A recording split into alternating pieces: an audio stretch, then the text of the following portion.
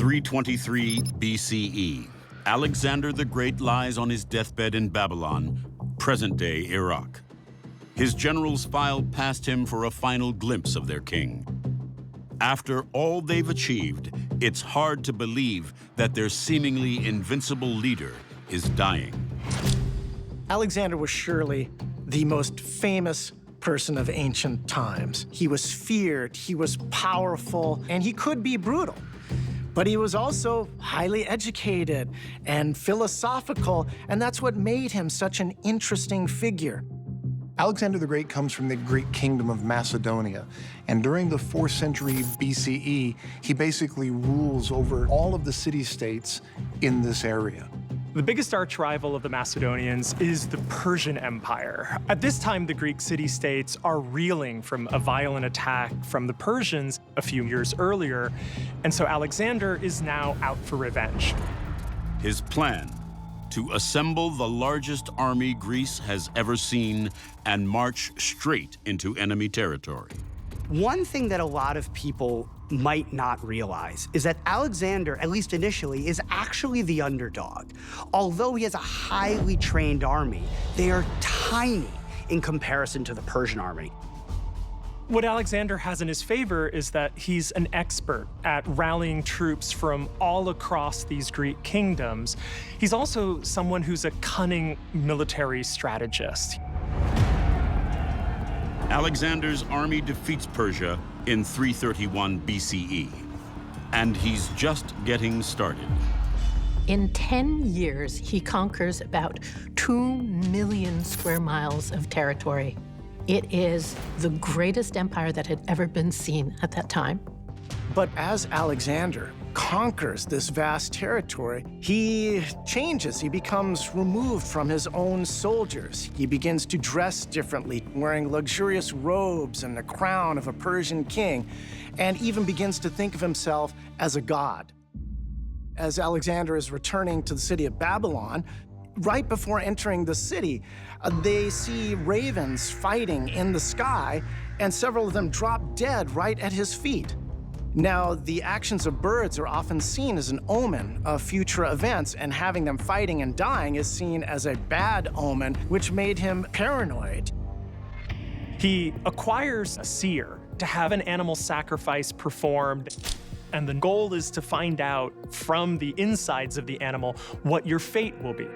Well, the seer notes that death is lurking for someone powerful inside Babylon. And Alexander is convinced that he's the person this omen is meant for.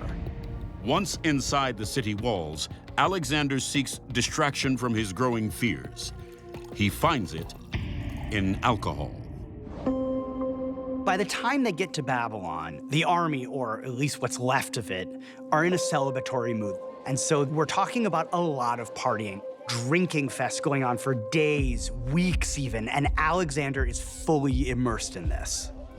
At one of these parties, Alexander consumes this massive bowl of wine, and almost immediately after doing so, he gets these acute abdominal pains, doubles over, and a really high fever. All of the advisors are beginning to get a little worried because they've just fought to create this great kingdom, and Alexander the Great doesn't have an heir, and they all want to know who's going to take over in the event that Alexander dies.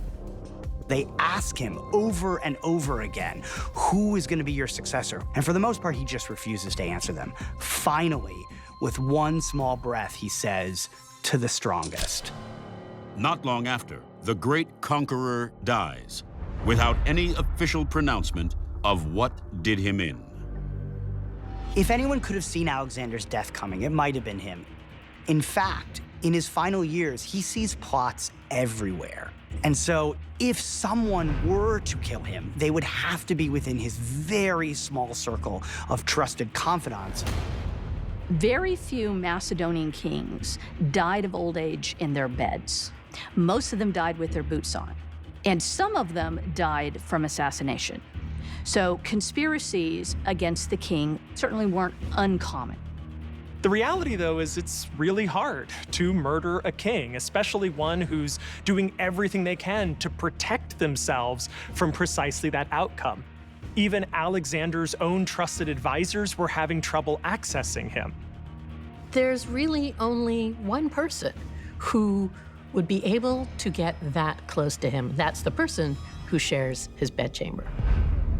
While fighting in Bactria, near present-day Afghanistan, Alexander becomes infatuated with Roxana, the beautiful daughter of a defeated king.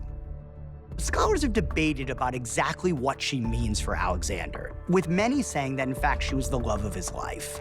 Alternatively, she could have just been a pawn in a political game to cement an alliance. In either case, Roxana is incredibly ruthless and capable in her own right. You have to think through her eyes for a second.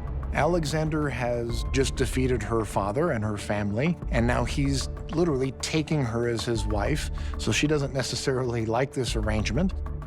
And then he's got this best friend, Hephaestion, and maybe she's a little jealous of him. For many years, Hephaestion is Alexander's closest friend and probably his lover. And when Hephaestion falls ill, Alexander brings his doctors in to try to treat him. He gets better temporarily, but then when he consumes a meal, he suddenly convulses and dies. Some historians remain convinced that these details point to one thing: poison.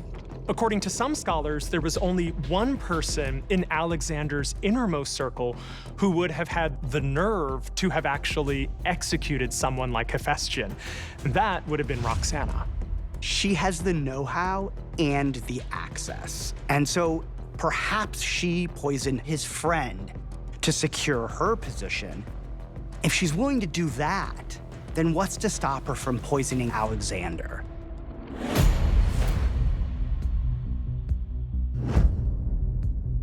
Alexander and Roxana are very close.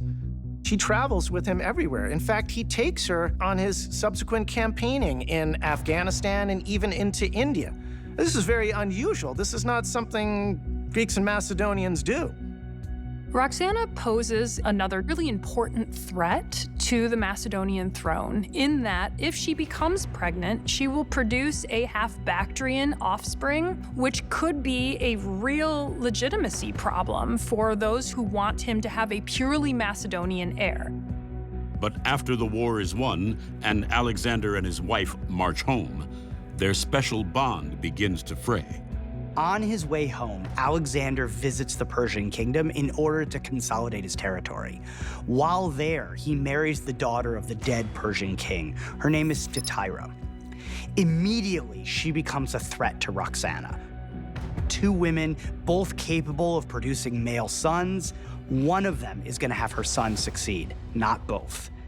Some historians theorize that Roxana could be behind Alexander's death, especially if the king decides that Statira's child, who is of more noble ancestry, should inherit the throne and not Roxana's. Let's remember that the progression of Hephaestion's symptoms and ultimate death are similar to Alexander's. If it was a poisoning, it's possible that the same poison may have been used to kill them both. At the time of Alexander's death, both these women are pregnant. And for women in a polygamous situation, their main ties are not to their husbands, but to their children. That's how they stay alive. According to Plutarch, after Alexander dies, Roxana sends a letter to Statira, but she signs it under the name of Alexander. It instructs Statira to go to Babylon. When she arrives, both her and her unborn child are immediately slaughtered, and their bodies are thrown into a well and covered with earth.